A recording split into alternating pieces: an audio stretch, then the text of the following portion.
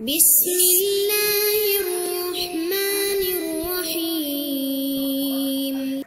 الحمد لله رب العالمين والصلاة والسلام على سيد الأنبياء والمرسلين أما بعد فأستعيذ بالله من الشيطان الرجيم بسم الله الرحمن الرحيم. السلام علیکم ورحمۃ اللہ وبرکاتہ. عزیز طلبہ کرام، امید کرتا ہوں احباب خیر سے ہوں گے. انشاءاللہ آج ہم مشکات المصابیح کے درس نمبر 151 میں فصل ثالث سے حدیث نمبر 4569 سے لے کر 75 تک پڑھنے کی سعادت حاصل کریں گے. آج کے درس میں ان احادیث مقدسہ کا ترجمہ ہوگا اور ساتھ ساتھ ان احادیث مقدسہ کی توضیح و تشریح کرنے کی سعادت حاصل کریں گے. تو آئیے طلبہ کرام بلا تاخیر بڑھتے ہیں اپنے آج کے درس کی طرف. بسم اللہ الرحمن الرحیم. حضرت ابو ہریرہ رضی اللہ تعالی عنہ راوی ہیں. وعن ابی ہریرہ ان ناسا من اصحاب رسول اللہ صلی اللہ علیہ وسلم قالوا لرسول اللہ القمات جرری الارض فقال رسول اللہ القمات من المن وماؤها شفاء للعین والعجبة من الجنة وهي شفاء من السم. قال ابو ہریرہ فاخذت ثلاثة أكم أو خمسا أو سبعا فعصرتهن فجعلت ماءهن في قارورة وكحلت به جارية لي عمشاء فبرأت. رواه الترمذی وقال هذا حدیث حسن. حضرت ابو ہریرہ سے روایت ہے، رسول کریم کے صحابہ میں سے کئی حضرات نے رسول کریم سے عرض کیا کھمبی زمین کی چیچک ہے؟ رسول کریم نے فرمایا نہیں، بلکہ کھمبی من کی اقسام میں سے ہے اور اس کا پانی آنکھ کے لیے شفا ہے. اور عجبہ جو کھجور کی سب سے نفیس اور عمدہ قسم ہے، یہ جنت کی کھجور ہے اور اس میں زہر سے شفا کی خاصیت ہے. حضرت ابو ہریرہ کہتے ہیں کہ تاجدار انبیاء کا یہ ارشاد سن کر میں نے 3 یا 7 یا 5 کھمبیاں لیں اور ان کو نچوڑ کر اس پانی کو ایک شیشی میں بھر کر رکھ لیا. پھر میں اس پانی کو اپنی ایک چندی لونڈی کی آنکھوں میں ڈالنے لگا تو وہ اچھی ہو گئی. اس روایت کو ترمذی نے نقل کیا ہے اور کہا ہے کہ یہ حدیث حسن ہے. القمات پہاڑی علاقوں میں ساون کے مہینوں میں زمین اور زمین پر پڑی ہوئی لکڑیوں میں ایک چیز پیدا ہو جاتی ہے جس کی کئی اقسام ہوتی ہیں. بعض گیندے کے پھول کی طرح ہوتی ہیں، بعض چھتری نما ہوتی ہیں جو اوپر سے سیاہی مائل ہوتا ہے اور نیچے سے سفید تر ہوتا ہے، جس میں باریک باریک نالیاں ہوتی ہیں جو اس چیز کے تراشے بنا دیتی ہیں. اس کا ذائقہ گوشت کی طرح ہوتا ہے. اس کو ساگ اور گوشت کی طرح پکایا جاتا ہے. یہ بہت لذیذ ہوتا ہے اور پشتو میں اسے خڑری کہتے ہیں. افریقی ممالک زامبیا میں غریب لوگ ٹوکریوں میں بھر بھر کر سڑکوں کے کنارے پر لاتے ہیں اور فروخت کرتے ہیں. جدر الارض کھمبی کی ایک قسم ہے جو گویا زمین کے جسم پر دانے ہیں جو چیچک کی طرح لگتے ہیں. اسی وجہ سے صحابہ نے پوچھا ہے کیا یہ زمین کی چیچک ہے؟ من المنی یعنی جس طرح بطور نعمت اللہ تعالیٰ نے بنی اسرائیل کو من و سلوہ دیا تھا، یہ کھمبی ہمارے لیے من کی جگہ میں ہے. یہ چیچک نہیں بلکہ یہ تو نعمت ہے جو محنت کے بغیر اللہ تعالیٰ دیتا ہے. صحابہ نے کھمبی کی مذمت کا ارادہ کیا. تاجدار انبیاء نے ان کے خیال کو رد فرما کر اس کو نعمت قرار دیا. کھمبی کو سانپ کی چھتری بھی کہتے ہیں. وماؤها شفاء یعنی آنکھوں کی بیماری اور نظر کے لیے شفا ہے کہ اس کا اصلی طبعی پانی نچوڑ کر حاصل کیا جائے اور پھر اس کے قطرے آنکھوں میں ڈالے جائیں. یہ انفرادی طور پر علاج بھی ہے اور ممکن ہے کہ دوسری ادویہ کے ساتھ ملا کر علاج ہوتا ہو. اگلی حدیث مقدسہ کی طرف بڑھتے ہیں. حضرت ابو ہریرہ ہی راوی ہیں. وعنہ قال قال رسول اللہ صلی اللہ علیہ وسلم من لاعق العسل 3 غدوات فی کل شہر لم یصبہ عظیم من البلاء. حضرت ابو ہریرہ کہتے ہیں رسول کریم نے فرمایا جو شخص ہر مہینے 3 دن صبح کے وقت شہد چاٹ لیا کرے تو وہ کسی بڑی مصیبت میں مبتلا نہیں ہوتا.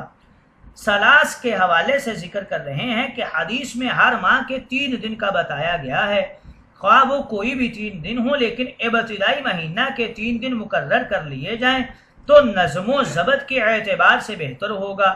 البتہ نہار منہ چاٹنے کی طرف غداوت کے لفظ سے اشارہ ہو سکتا ہے، لہٰذا نہار منہ پانی ملا کر پی لینا چاہیے یا ویسے چاٹ لیا جائے، مگر شرط یہ ہے کہ شہد خالص ہو، فارم کا نہ ہو، نہ شکر سے بنایا گیا ہو۔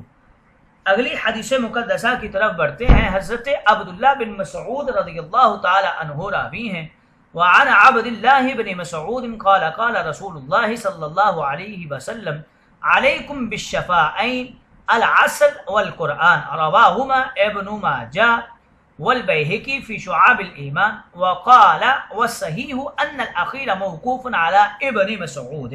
حضرت عبداللہ بن مسعود کہتے ہیں رسول کریم نے فرمایا شفا دینے والی دونوں چیزوں کو اپنے اوپر لازم کر لو، ایک تو شہد ہے اور دوسرا قرآن ہے۔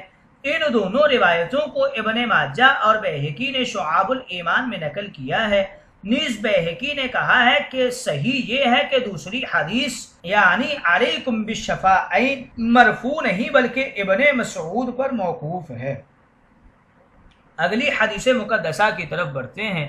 حضرت ابو قبشہ انماری رضی اللہ تعالی عنہ راوی ہیں، وعن ابی قبشۃ الانماری ان رسول اللہ صلی اللہ علیہ وسلم احتجم على هامته من الشاة المسمومة، قال معمر فاحتجمت أنا من غير سم كذلك في يافوخي فذهب حسن الحفظ عني حتى كنت ألكن فاتحة الكتاب في الصلاة، رواه رزين۔ حضرت ابو قبشہ انماری رضی اللہ تعالی عنہ کہتے ہیں رسول کریم نے اس بیماری کے سبب جو بکری کا زہر آلود گوشت کھا لینے کی وجہ سے لاحق ہو گئی تھی اپنے سر پر سینگی کھچوائی۔ حدیث کے ایک راوی معمر کا بیان ہے کہ میں نے کوئی زہر آلود چیز کھائے بغیر اسی طرح اپنے سر پر سینگی کھچوائی تو میں اپنے حافظہ کی خوبی سے محروم ہو گیا، یہاں تک کہ مجھ کو نماز میں الحمد سیکھنے کی ضرورت پیش آتی تھی۔ یہ رزین کی روایت ہے۔ یا فوخی یعنی ضروریات کے بغیر یا تجربہ کے بغیر سر کے تالو پر پچھنوے لگوا دیے، اس سے حافظہ کی قوت ختم ہو گئی۔ اس سے معلوم ہوا کہ ضرورت کے بغیر نہ تو آپریشن کروانا چاہیے اور نہ خون نکلوانا چاہیے۔ اگلی حدیث مقدسہ کی طرف بڑھتے ہیں۔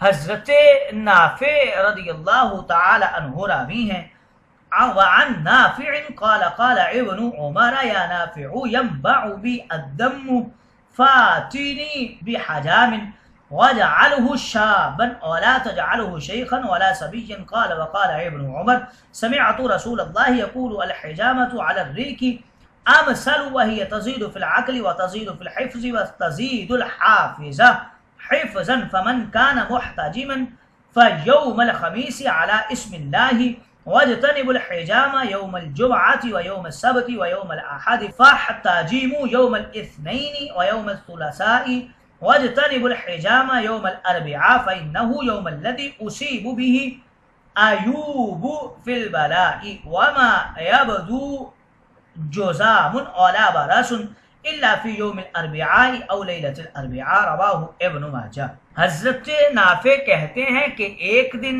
حضرت ابن عمر نے فرمایا کہ نافع میرے جسم میں خون جوش کھا رہا ہے، ذرا تم سینگی کھینچنے والے کو بلاؤ، لیکن جوان آدمی کو لانا، کسی بوڑھے یا بچے کو مت لے کر آنا، کیونکہ طاقتور آدمی زیادہ اچھی طرح سینگی کھینچے گا۔ نافع کہتے ہیں کہ اس کے بعد حضرت ابن عمر نے فرمایا کہ میں نے رسول کریم کو یہ فرماتے ہوئے سنا کہ بری ہوئی سینگی نہار منہ کھنچوانا زیادہ بہتر ہے، اس سے عقل میں زیادتی ہوتی ہے۔ جس شخص کے ہاں حافظہ نہیں ہوتا اس کا حافظہ تیز ہوتا ہے، جس کا حافظہ تیز ہوتا ہے اس کے حافظے میں زیادتی ہوتی ہے، لہٰذا جو شخص سینگیاں کھنچوانا چاہے وہ اللہ کا نام لے، جمعرات کے دن سینگی کھنچوائے اور جمعہ ہفتہ اور اتوار کے دن سینگی کھنچوانے سے اجتناب کرو، پھر پیر اور منگل کے دن کھنچواؤ اور بدھ کے دن سینگی کھنچوانے سے اجتناب کرو، کیونکہ بدھ کا دن وہ دن ہے جس میں حضرت ایوب علیہ السلام مبتلا بلا ہوئے تھے اور جسام یا کوڑ کی بیماریاں بدھ کے دن یا بدھ کی رات میں ظاہر ہوتی ہیں۔ یہ ابن ماجہ کی روایت ہے۔ الثلاثاء سینگی کھنچوانے کے دن کے حوالے سے بتا رہے ہیں کہ منگل کے دن سینگی مت کھنچواؤ، اور یہاں حدیث میں اس دن کی بھی اجازت ہے، فضیلت بھی ہے۔ یہ تضاد ہے کیونکہ پچھلی احادیث میں منگل کی ممانعت ہے۔ اس کا جواب یہ ہے کہ حضرت قبشہ کی جو حدیث پہلے گزری ہے اس پر کلام ہے، اور دوسرا جواب یہ ہے کہ فضیلت اور اجازت اس منگل کے بارے میں ہے جو مہینہ کی 17ویں تاریخ میں آ جائے۔ ہر منگل کی فضیلت و اجازت نہیں ہے۔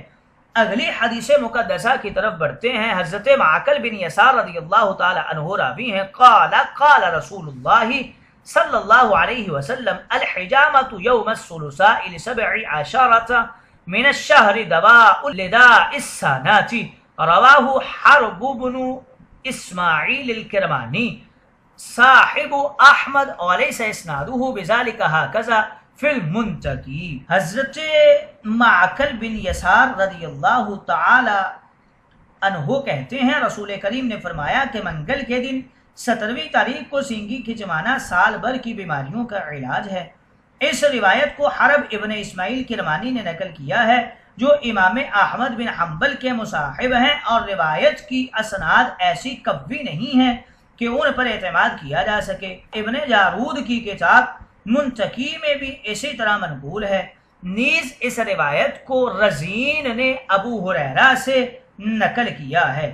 اس حدیث میں منگل کے دن سینگی لگوانے کی فضیلت اور جواز کا ذکر ہے، جبکہ پہلے حضرت قبشہ کی احادیث میں ممانعت تھی، تو اس کا جواب یہ ہے کہ حضرت قبشہ کی احادیث پر کلام ہے، وہ اس کا مقابلہ نہیں کر سکتی، اور دوسرا جواب یہ ہے کہ ممانعت مطلق منگل کے دن کی ہے، لیکن اگر منگل کا دن مہینہ کی 17ویں تاریخ پر آ جائے تو اس کی اجازت بھی ہے اور افادیت بھی ہے۔